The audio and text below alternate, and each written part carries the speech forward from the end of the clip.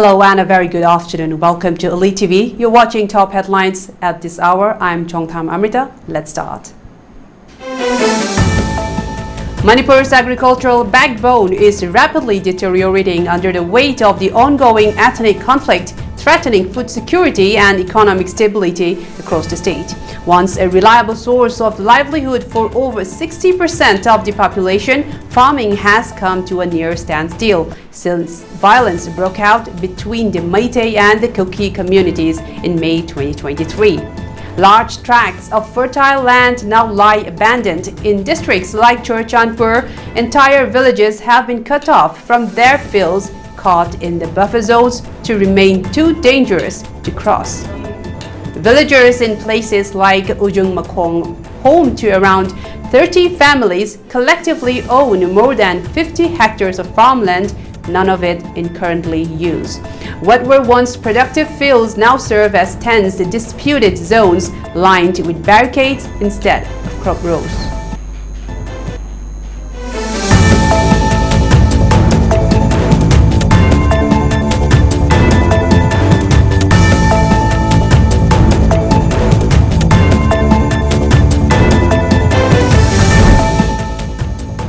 The Scheduled Tribe Demand Committee of Manipur, SDDCM, has once again urged the authorities to recognize the Meitei community as a scheduled tribe under the Constitution of India. In a press release issued on July 28, the committee clarified that their demand does not aim to infringe upon the rights or interests of other tribal communities in the state. The SDDCM revealed that it had sought an appointment with the governor to personally present a memorandum highlighting what it perceives to be the root causes of the current unrest and explaining the long-standing rationale behind this SD status demand. However, in the absence of any response, the committee went ahead and submitted the memorandum to the governor, Ajay Kumar Bhalla.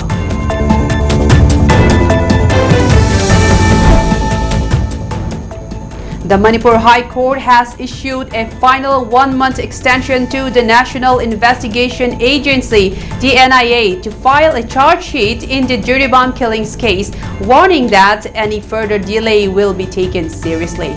The case involving the abduction and murder of 6 people, including 3 minors, in November 2024 has remained unresolved for over 8 months, drawing widespread public concern. The decision came during a hearing on public interest litigation, APIL number 18 of 2024, which was clubbed with miscellaneous case PIL number 28 of 2025. The petitioners, including Soram Tikendrajit, sought court-supervised progress in the high-profile investigation.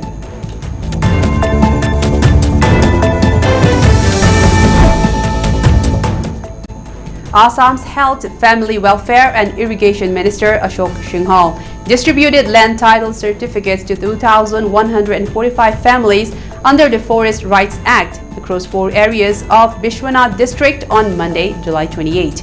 This marks a significant step in granting legal recognition to forest dwellers who have lived on ancestral land for generations. The distribution took place in 4 revenue areas, 1,336 beneficiaries in Bishwanath, 157 in Gopur, 509 in Nanduar, and 143 in Bihali, bringing the total number of land titles issued in the district to nearly 12,000.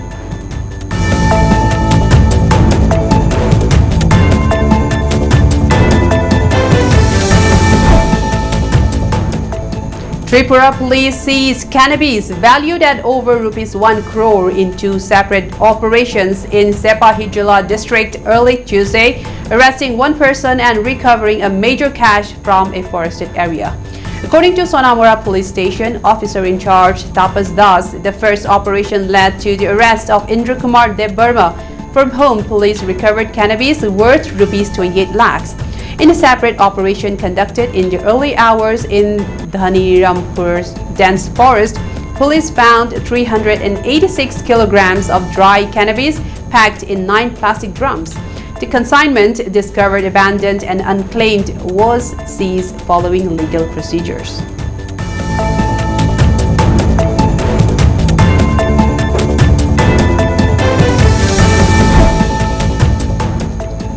The Meghalaya High Court will examine allegations of wrongful revocation of street vendor licenses during a key hearing scheduled for August 5. The matter has drawn attention as it directly affects the livelihoods of several hawkers who claim they were excluded from relocation despite holding valid licenses.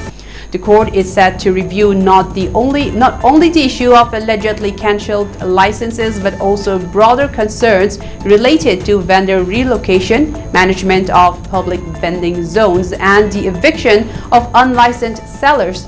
These topics will be taken up under the main public interest litigation concerning street vending regulations.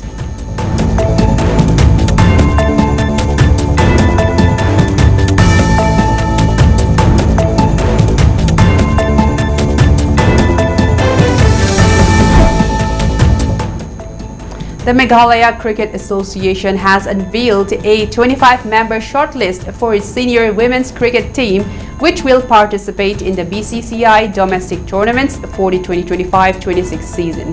This announcement comes as a significant step towards enhancing women's cricket in the state, reflecting the growing interest and the talent pool in the region.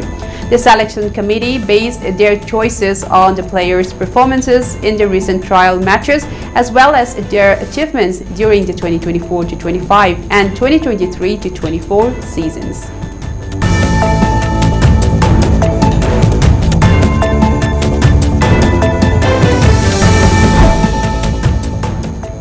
As the Meghalaya High Court reprimanded the state government over the disappearance of more than 4,000 tons of coal, a state minister on Monday suggested that heavy rainfall might have contributed to the loss.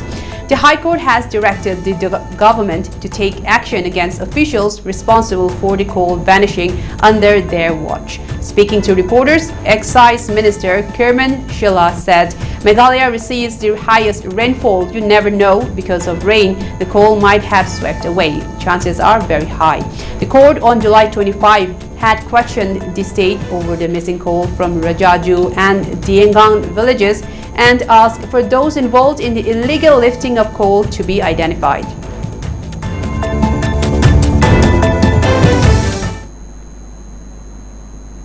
Well, that was all the top headlines at this hour. For more updates and detailed news, please tune into Primetime English News at 6 p.m. Until then, have a good day.